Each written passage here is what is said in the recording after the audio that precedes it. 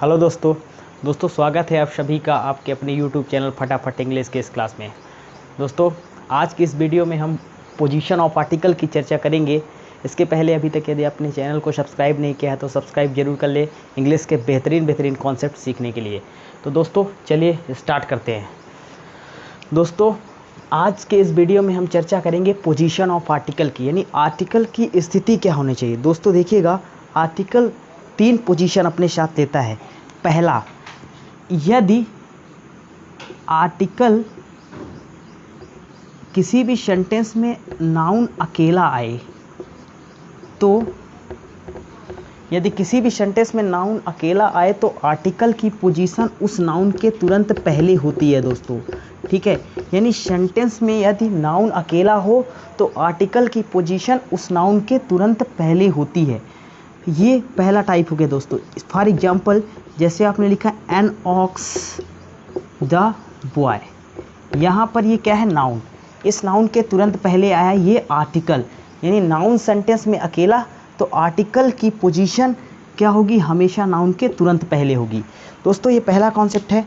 अब हम दूसरे कॉन्सेप्ट की चर्चा करते हैं कि अब यदि एक सेंटेंस में नाउन आए, अब यदि एक सेंटेंस में नाउन आए और नाउन को क्वालिफाई करने के लिए एडजेक्टिव आए, नाउन को क्वालिफाई करने के लिए एडजेक्टिव आए तो आर्टिकल की पोजीशन इस एडजेक्टिव के तुरंत पहले होगी दोस्तों।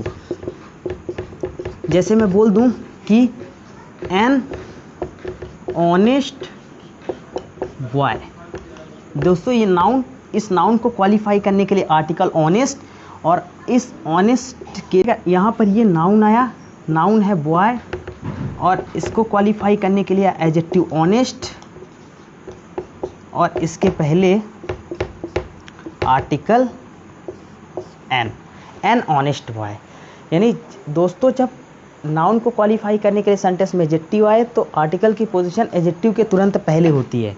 अब दोस्तों तीसरा टाइप देखते हैं, यानी तीसरी कैटेगरी, यदि एक सेंटेंस में नाउन आए, नाउन को क्वालिफाई करने के लिए एडजेक्टिव आए और एडजेक्टिव को क्वालिफाई करने के लिए एडवर्ब आए तो आर्टिकल की पोजीशन इस एडवर्ब के तुरंत पहले होती है, और इसे इंग्लिश ग्रामर में परफेक्ट ट्रायो के नाम से जाना जाता है।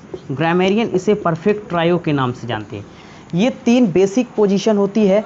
90% टाइम आर्टिकल यह पोजीशन को फॉलो करता है, लेकिन 10% टाइम में कुछ एक्सेप्शंस भी हैं, जिन एक्सेप्शंस को हम अभी देखेंगे। लेकिन 90% टाइम यही पोजीशन है जो कि आर्टिकल अपने साथ फॉलो करता है।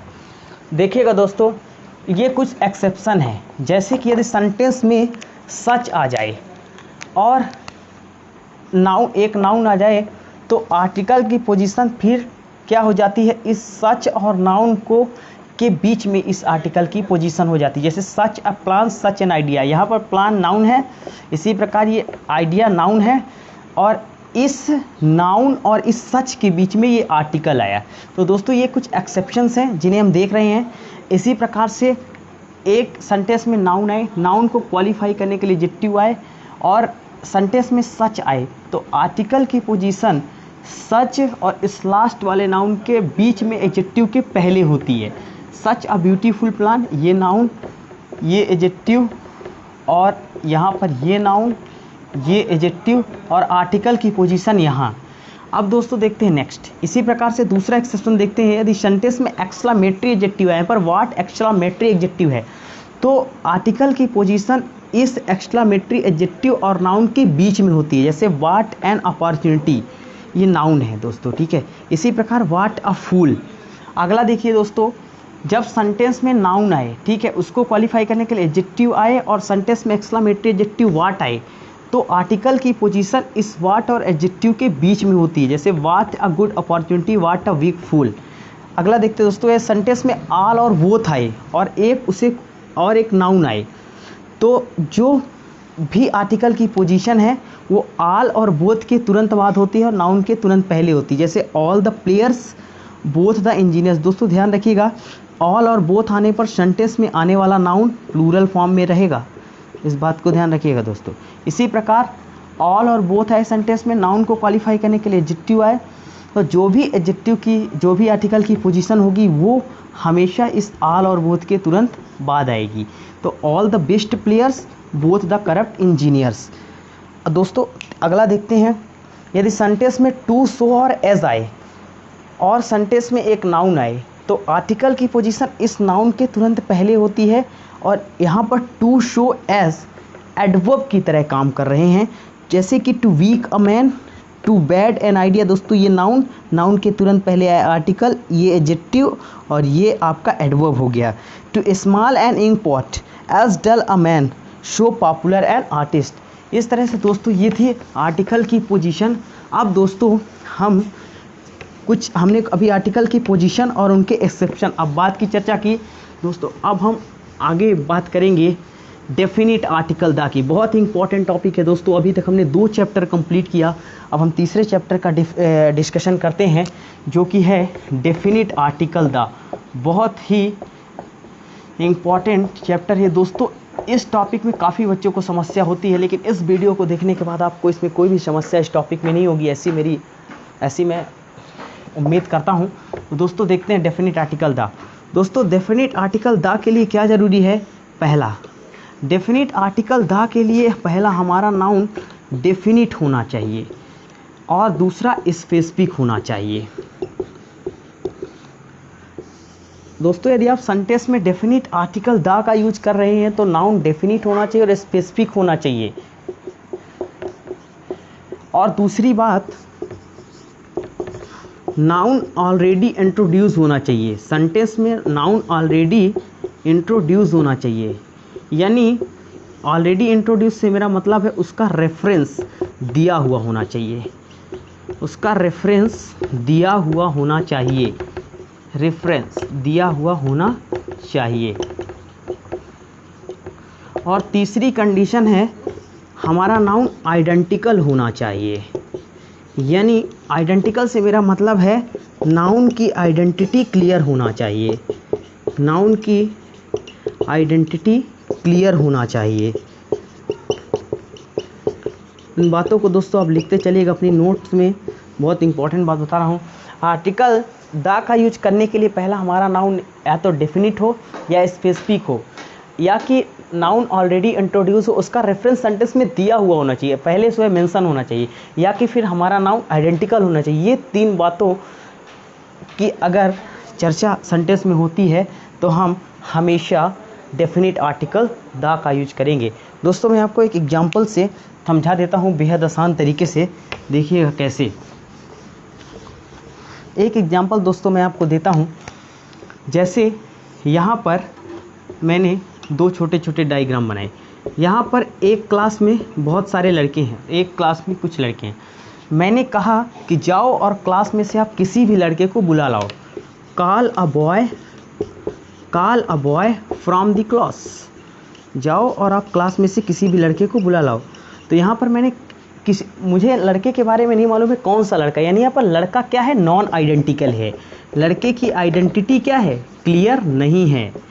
तो यहाँ पर मैं आर्टिकल ए का प्रयोग करूँगा, call a boy from the class. अब मैं बोलूँ यहाँ पर आप जाओ और क्लास में से उस लड़के को बुला लाओ जो कि वाइट शर्ट पहना हुआ है, यानी अब उस लड़के की आइडेंटिटी क्लियर है। तो मैं कैसे बोलूँगा? Call the boy in white shirt from the class.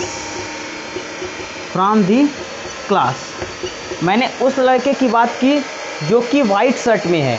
Call the boy in white shirt from the class, यानी ऐसे लड़के के बारे में बात कर रहा हूँ जो वाइट शर्ट, यानी लड़के की आइडेंटिटी क्या है? क्लियर। यानी इसका मतलब ये हुआ कि लड़का आइडेंटिकल है। जहाँ पर हमारा नाउन आइडेंटिकल हो यानी निश्चित हो वहाँ पर आर्टिकल द का यूज, लेकिन जहाँ पर किसी भी चीज़ की, किसी भी नाउन की आइडेंटिटी क्लियर ना हो वहाँ पर हम हमेशा आर्टिकल ए या एन का यूज करते हैं। दोस्तों अब हम आगे थोड़ा और डिस्कशन करते हैं। कुछ बेसिक एग्जांपल लेंगे, उनके द्वारा मैं आपको आर्टिकल द बता देता हूँ कब हमारा नाउन स्पेसिफिक बनता है, कब आइडेंटिकल बनता है। दोस्तों जैसे मैं बोल दूँ, एक बहुत सिंपल सा एग्जांपल देखिएगा। Roses are my garden are very beautiful. यहाँ पर आपको क्या लगाना होगा, यहाँ पर आपको आर्टिकल द लगाना होगा, क्योंकि इस नाउन की आइडेंटिटी क्लियर है। मैंने क्या बात की, मैं उस रोजेस की बात कर रहा हूँ जो कि मेरे गार्डन में है, यानी इस रोजेस की आइडेंटिटी क्या है, ये रोज हमारा क्या हो गया, आइडेंटिकल है, यानी यह सेंटेंस में इस रोजेस की रोजेस आइडेंटिकल है, इसलिए मैं यहाँ पर आर्टिकल द का यूज करूँगा। इसी प्रकार मैं दोस्तों आपके सामने एक और एग्जांपल लेता हूँ।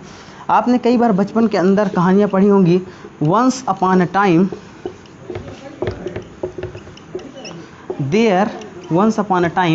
There was a king.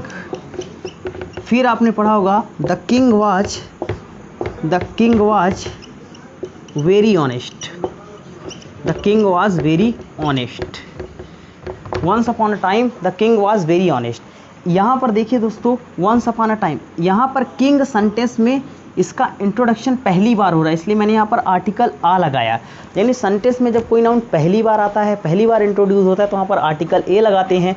अब दोस्तों ये किंग क्या है, ये किंग यहाँ पर आइडेंटिकल बन चुका है। अब इस किंग की आइडेंटिटी क्लियर हो चुकी है, इसलिए हम यहाँ पर आर्टिकल द लगाते थे और इस बात को आप समझ नहीं पाते थे।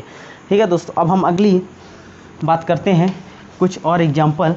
जैसे मैं बोल दूं कि I saw a baby, the baby was crying. I saw a baby, यहाँ पर बेबी सेंटेंस में पहली बार मेंशन हुआ, यानी ये नॉन आइडेंटिकल, इसलिए मैंने यहाँ पर आर्टिकल ए लगाया। अब इस बेबी का इंट्रोडक्शन हो चुका है, यानी सेंटेंस में ये ऑलरेडी इंट्रोड्यूस है, इसलिए मैं यहाँ पर आर्टिकल द। जब सेंटेंस में ऑलरेडी इंट्रोडक्शन हो चुका हो तो आर्टिकल द को यूज करते हैं। दोस्तों लास्ट एग्जाम्पल देखते हैं। जैसे मैं बोल दूँ car collided with a tree, you can see spot on tree। देखिए दोस्तों, car collided with tree, collided टकराना। अभी इस कार के बारे में मुझे नहीं पता ये कौन सी कार है, इसलिए अभी इसका इंट्रोडक्शन नहीं, इसलिए मैं यहाँ पर आ लगाऊंगा। अ कार कोलाइडेड विथ, अब यहाँ पर ट्री का इंट्रोडक्शन क्या है, पहली बार हुआ है, यानी ट्री सेंटेंस में पहली बार है, इसलिए हम यहाँ पर आर्टिकल आ का यूज करेंगे। You can see spot. अब स्पॉट, ये स्पॉट किससे संबंधित है, ये स्पॉट इस ट्री से संबंधित है, ये उस स्थान के बारे में बात किया जा रहा है जहाँ पर एक ट्री था, तो यहाँ पर स्पॉट, तो यहाँ पर आर्टिकल ए। और यहाँ पर ट्री, कईयों ने तो इसमें पहले ही दा लगा दिया होगा, क्योंकि इस ट्री का इंट्रोडक्शन पहले ही हो चुका है, ये सेंटेंस में ऑलरेडी इंट्रोड्यूस है, यानी ये आइडेंटिकल है, इसलिए मैं यहाँ पर आर्टिकल द का यूज करूँगा। इस तरह से दोस्तों हमने आर्टिकल द की बेसिक बात कर ली है। अब हम लास्ट कॉन्सेप्ट डिस्कस करेंगे, किसी भी नाउन को हम आइडेंटिकल कैसे बनाते हैं, यानी हेडिंग डालेंगे how to do make a noun specific. किसी भी नाउन को हम स्पेसिफिक कैसे बनाते हैं। पहला, किसी भी नाउन को स्पेसिफिक बनाने के लिए द नाउन के तुरंत बाद प्रीपोजिशनल फ्रेज आ जाए। प्रीपोजिशनल फ्रेज क्या होता है, तो इसके पहले हम आर्टिकल द का यूज करेंगे। प्रीपोजिशनल फ्रेज क्या होता है दोस्तों, जब एक प्रीपोजिशन और एक नाउन इकट्ठा हो जाए तो उसे प्रीपोजिशनल फ्रेज कहते हैं। जैसे मैं लिख दूं कि the sun rises in the east, यहाँ पर इन द ईस्ट एक प्रीपोजिशनल फ्रेज है, क्योंकि इन प्रीपोजिशन है और ईस्ट यहाँ पर नाउन है। जब एक प्रीपोजिशन के साथ एक नाउन मिल जाए तो उसे एक प्रीपोजिशनल फ्रेज कहा जाता है, और प्रीपोजिशनल फ्रेज में पहले नाउन के तुरंत पहले हम आर्टिकल द का यूज करते हैं। इस तरह से हम नाउन को स्पेसिफिक बनाते हैं। दूसरा तरीका देखिएगा दोस्तों, नाउन को स्पेसिफिक बनाने के लिए दूसरे तरीका जिससे हम नाउन को स्पेसिफिक बनाते हैं, इस बात को ध्यान रखिएगा दोस्तों। यदि एक नाउन आए, उसके बाद ऑफ आए और ऑफ के बाद यदि एक दूसरा नाउन और प्रोनाउन आए तो हम नाउन को क्या करते हैं, स्पेसिफिक मानकर चलते हैं, और तब भी हम इसके पहले आर्टिकल द लगाते हैं। जैसे मैं बोल दूं boys of my school are very intelligent. यहाँ पर दोस्तों ये नाउन आया, ये ऑफ आया, ऑफ के बाद ये दूसरा नाउन आया, इसलिए हम इसके पहले आर्टिकल द का यूज करेंगे।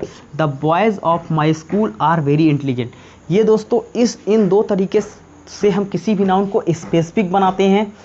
और दोस्तों लास्ट बात आपको बता देता हूँ, इंग्लिश लैंग्वेज की सबसे स्मॉलेस्ट यूनिट होती है दोस्तों वर्ड, और उसके बाद दूसरी उससे बड़ी यूनिट होती है फ्रेज़। फ्रेज़ क्या होता है दोस्तों, phrase is a group of words with out subject and verb. Without subject and verb, phrase शब्दों का समूह होता है और इसी का एक टाइप होता है दोस्तों prepositional phrase. Group of word without subject and verb, phrase शब्दों का समूह होता है जो बिना सब्जेक्ट और वर्ब के होता है। और तीसरी यूनिट होती है दोस्तों क्लाज। क्लाज क्या होता है, क्लाज भी दोस्तों ग्रुप ऑफ वर्ड्स होता है, group of words with subject and verb. Clause भी शब्दों का समूह होता है जो अपने साथ सब्जेक्ट और वर्ब का जोड़ा लिया रहता है। एक शब्द में बोल दूँ तो क्लाज सब्जेक्ट और वर्ब का जोड़ा होता है। और लास्ट है दोस्तों सेंटेंस। सेंटेंस लार्जेस्ट यूनिट होती है इंग्लिश लैंग्वेज की, लार्जेस्ट यूनिट होती है इंग्लिश लैंग्वेज की।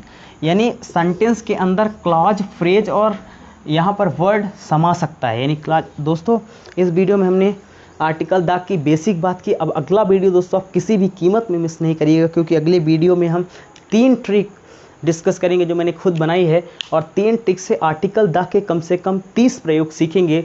अगला वीडियो आप किसी भी कीमत में मिस नहीं करिएगा दोस्तों। अभी तक यदि आपने चैनल को सब्सक्राइब नहीं किया तो सब्सक्राइब जरूर कर लीजिएगा, वीडियो को लाइक और शेयर जरूर कर दीजिएगा। मिलते हैं आपसे नेक्स्ट वीडियो में, तब तक के लिए till then take care, goodbye दोस्तों, थैंक यू।